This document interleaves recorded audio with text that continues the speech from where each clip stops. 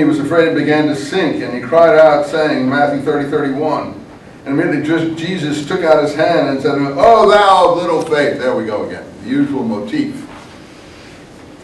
The usual motif. "Oh, thou of little faith. Why did you doubt? Oh, you communities listening to the James people. Oh, Peter, you swing figure between the two. Why do you doubt salvation by faith, not works of the law?" It's grace that brought the... I always think of that song. Can any of you sing that song? It's killing me here. It's grace that... Give me one line of it, will you? Isn't no singers, no choral masters here?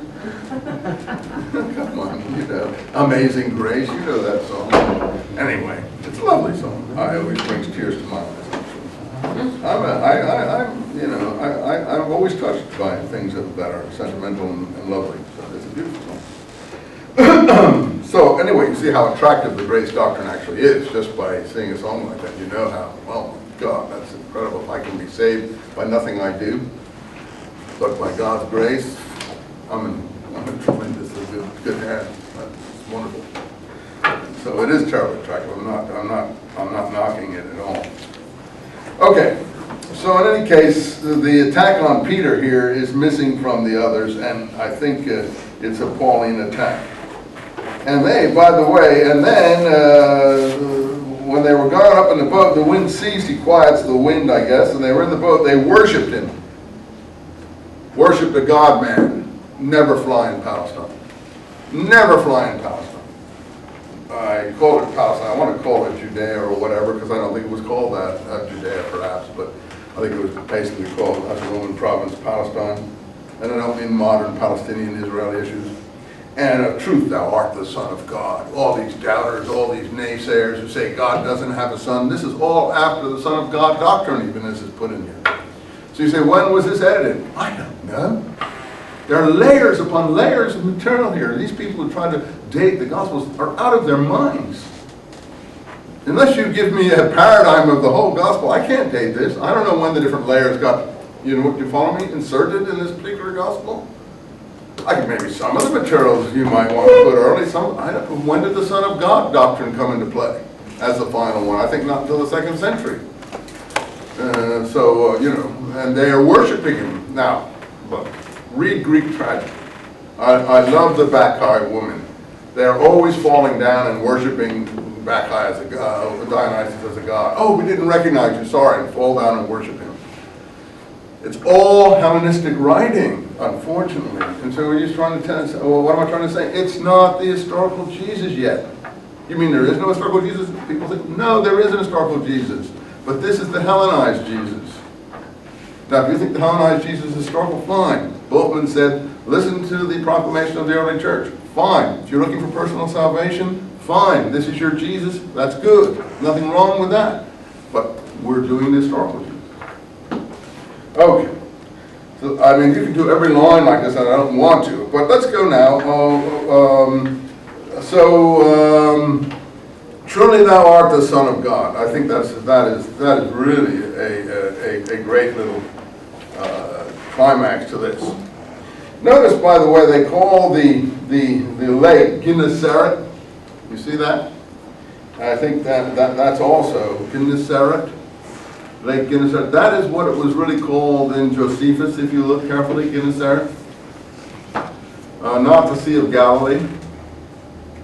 Once or twice, if you notice, they call it the Lake of Tiberias, because Tiberias is the Roman city that was built by Herod, named after the Emperor Tiberius on the shores of the Sea of Galilee. But I think the Jesus of Nazareth type material comes from that Gennesaret word, ultimately. You mean it doesn't come from Nazareth? I don't think so. Personally. Why? Because in the Gospels, I don't know if we have time to cover this. After Jesus' early introduction, it says that he goes to Nazareth, and then Matthew quotes some scriptural passages because Galilee of the peoples have seen a great light, and he uses that to justify why Jesus goes to Nazareth and so on. And there's no indication of a Nazareth as a city in Josephus in Galilee at this time. You say, what do you mean? There's nothing in the Bible either. Often holy cities spring up to meet the demand. I mean, I went to Nazareth several times, and you don't know how many local Arabs were taking me to Mary's well.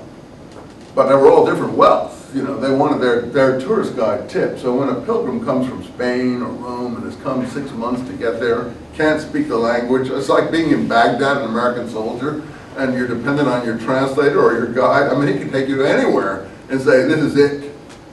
And it can spring up that this is it, you know.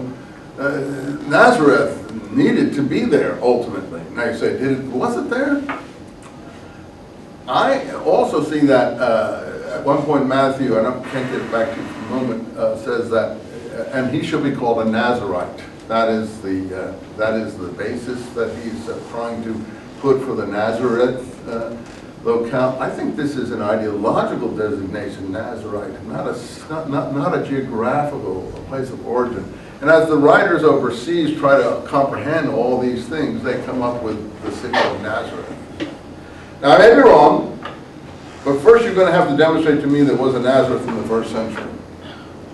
And I see no indication that there was a Nazareth in the first century. Now, by the second or third century, yeah. Once the belief took hold, the city arose, or the town, or the village, or the place. But the point is that I think that really comes from Genazareth here, the name of the Sea of Galilee.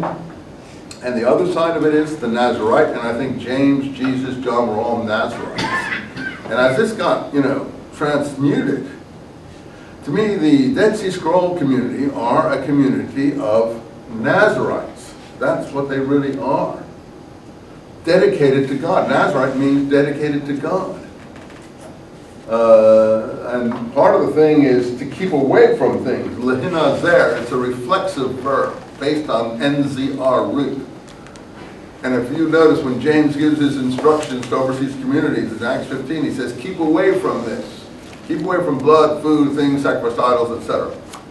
In the Damascus document, it's always used the same word, lehinazer, linsor, to keep away from. Keep away from this. As in my translation in the Dead Sea Scrolls and the First Christians, I use 3 examples of where it says to keep away from, based on the NZR root. So the NZR root is very important to the scrolls, as it is to the James community, in my view.